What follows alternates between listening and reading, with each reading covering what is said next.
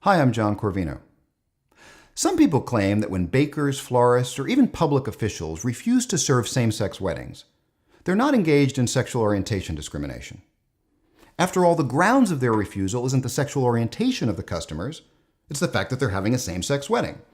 And if two straight men or straight women tried to buy a wedding cake or obtain a marriage license, they'd refuse all the same.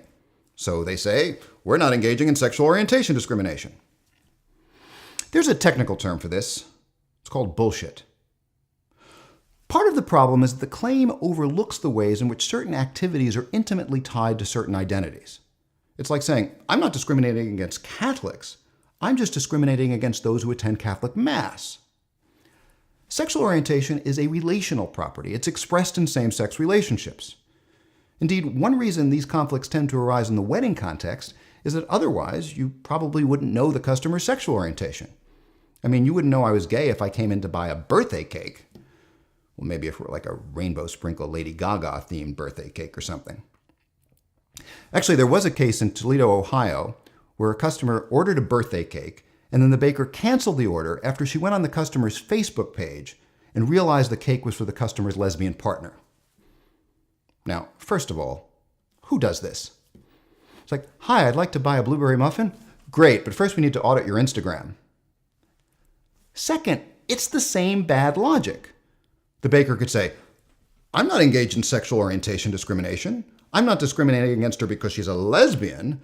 I just don't want to participate in the activity of expressing affection for her partner on her birthday. It's still bullshit. Here's the problem. The objection assumes that in order to discriminate against some trait, you have to discriminate against any manifestation of that trait. But that's never been true with respect to discrimination. Take racial discrimination. The racists of the Old South interacted with black people in frequent and sometimes intimate ways. They even hired them as wet nurses. But they drew certain strict lines to keep them in their place. And one of those was marriage. There are real costs to this discrimination.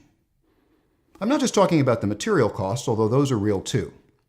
There was a case in New Jersey where a customer spent hours trying on wedding dresses, only to be thrown out of the bridal shop when the owner realized it was for a lesbian wedding. This was before the Supreme Court's marriage decision, and the owner actually told her that it was illegal for her to get married. Apparently she didn't realize that you don't have to be getting married in order to buy a wedding dress. You can wear it around the house if you want to. But my point is not just that she wasted the customer's time, which she did. It's that she humiliated her. She advertised her business as open to the public, but then said, I sell these items, but not to you. That's discrimination. And whether you categorize it as sexual orientation discrimination or sex discrimination, or even just bad business, it's humiliating, it's harmful, and it's wrong.